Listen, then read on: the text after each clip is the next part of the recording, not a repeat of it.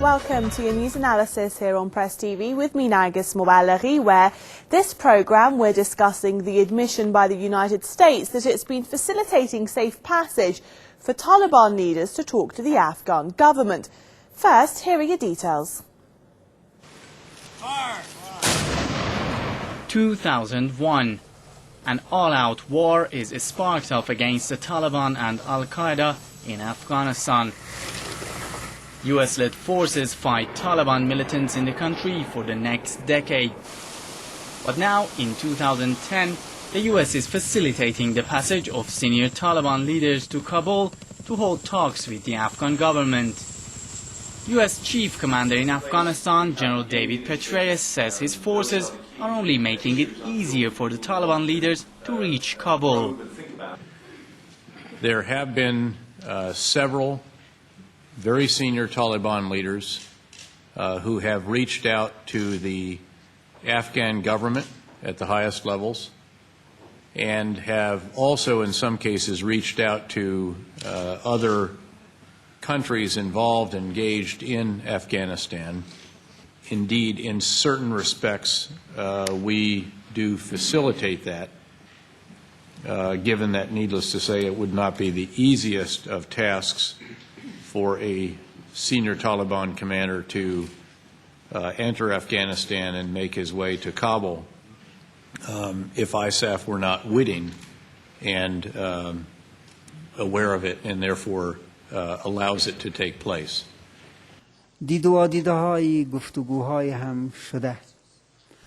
Many say the US is helping peace talks between the Afghan government and the Taliban because Washington has failed to win the war and in the meantime wants to make the most of any possibility of a future political reconciliation. US officials don't even bother to hide the fact that they see this as an opportunity. Whenever opportunities arise that are worth exploring, I think we ought to take advantage of that, and whether they lead to something concrete in the short term or establish a predicate for something that may develop months or a year from now, I think really doesn't matter. We just, we need to be open to opportunities that arise. After almost 10 years of fighting, the US public and the foreign countries contributing to this war are running out of patience and want to see an end to the conflict. A conflict that began with the promise to eradicate terrorism and the Taliban legacy of brutality against Afghans. So to discuss talking to the Taliban, a good or a bad idea, we're joined by journalist and political commentator Zaid Hamid Nourzad in Kabul, historian and investigative journalist Gareth Porter in Washington, and defence analyst and security consultant Zaid Hamid in Islamabad. I'd like to thank you all for being with us, and let me start with Mr. Nourzad in Kabul. NATO in Afghanistan to get rid of the Taliban, now facilitating their safe passage for talks with the Afghan government. Is it surprising that the US is now making these negotiations possible? Yes, of course, it's something surprising here for us, because since 9 years ago there was lots of voices from Afghan government and from NATO members country that they were supporting negotiations between Afghan government and the Taliban. But on the other side, we see that during the 9 years and also at the end, at the last year, there was increasing in operations against the Taliban. Nowadays, we are hearing that the NATO troops are conducting operation in Kandahar, the main town of the Taliban.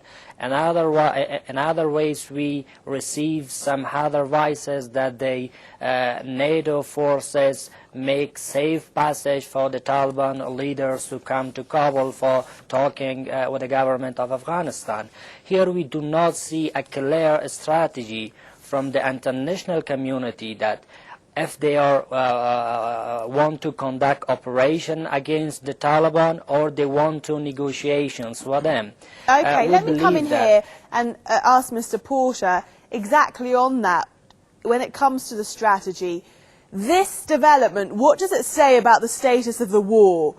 Is this possibly one of the biggest indicators we've seen yet that NATO is in fact almost admitting that it's losing now? Well, you could certainly draw an inference that, that there's a nuance of difference here between September, October of 2010 versus late 2009, early 2010, when the U.S. military very clearly stated that they were not going to allow a safe passage by Taliban leaders to come into Kabul to participate in any peace conference, despite the fact that President Karzai himself had explicitly and publicly requested that. So no question that this represents a clear change of policy on the part of the United States. Actually interpreting precisely what that means is more complicated, I'm afraid. And that's because the United States government still takes the position that the United States is not prepared yet to sit down with or even to conduct some talks about the possibility of a peace agreement with the Taliban directly or indirectly. And I wrote about this just in the last couple of weeks based on a very good source in Washington who is certainly familiar with the thinking of the Obama administration, who told me that the United States is talking to the Pakistanis about what they're hearing from the Taliban leadership about the possibility of a settlement, but not yet entering into any indirect negotiations or talks with them.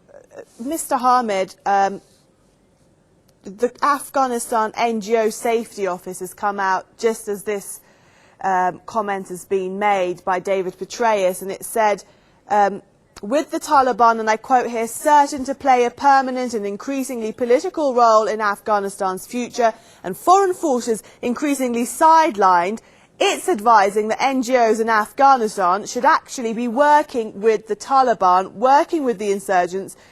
It seems somehow that everybody is starting to digest the fact, whether it's slowly like Washington or, for example, like the Afghan government actually standing up and saying we need to talk to the Taliban. It seems everyone's just kind of admitted the fact now that the Taliban is back, and it seems like they're here to stay.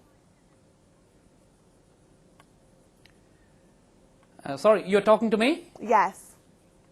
Yes, sorry. You see, the point is that Americans ideally would have loved to stay in Afghanistan if they were gaining militarily. But what is happening is that Americans are losing ground. The war is not going anywhere for them. The casualties are mounting. And the NATO, which was very reluctant to get into the combat operations, is now forced into it. Primarily, initially, only the British, Canadians, and the Americans were into the combat operations. And now, while the Americans would like to stay in Afghanistan, but they are forced to get into negotiations, yes, but they would like to get into negotiations from a position of authority. So that is why you find that on one hand, these conflicting signals coming up, the conflict between the American political leadership and the military leadership became very clear when General McChrystal resigned recently. And that is why the Americans are putting a pressure on Pakistan that Pakistan should wage a war against the Jalaluddin Haqqani group, Mullah Umar group, and Gulbuddin Hikmatyar. Because unless Pakistan supports the Americans now at this stage to gain an upper hand militarily, the American-Afghan adventure is doomed. Pakistan controls their supply line. Recently we saw Pakistan stop their supply line for 10 days, and Americans practically came down begging on their knees, saying sorry for the operations. NATO wanted to draw Pakistan into northern Waziristan, North Waziristan, where the Jalaluddin Haqqani network is supposedly present. Americans do not want, when they leave Afghanistan, the vacuum should be filled by Pakistan or by Iran. the two countries which have strategic hold on Afghanistan. So you see, the conflicting signals are precisely for the reason. They have no Afghan strategy now. They are confused. They depend, their fate depends on Pakistan and Iran.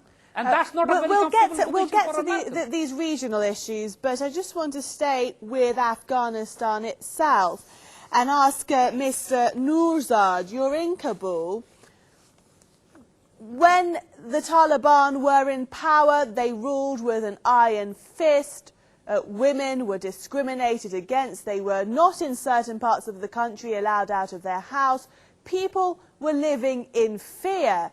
How do the people see this scenario? Has it got to the point that they see Taliban rule as a lesser evil to what is going on right now? Actually, here in Afghanistan, there are no clear message to Afghan people. The Afghan government itself doesn't have a clear strategy or doesn't talk to the people to know what's going on. Sometimes we hear some voices from the Washington that they facilitated the Taliban leaders to come to Kabul to talk with them.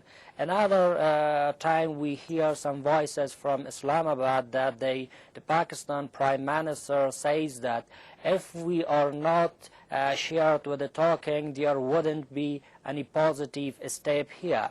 Here in Afghanistan, there are lots of fears that if the Taliban come again to the power, there would be lots of pressure. They would undermine the gaining on the human rights issues itself. Another thing, the women are fearing that in every stage of war they must be shared with the talking and they must pass their voices to the Taliban. I believe that the Taliban, which was in the 2001 or before that, now they are changed their strategies. They are self-claiming that when they are not putting pressure on the women, they are not burning schools, or they are not making barriers on the human rights issues. I think these are the message that the Taliban yourself want to come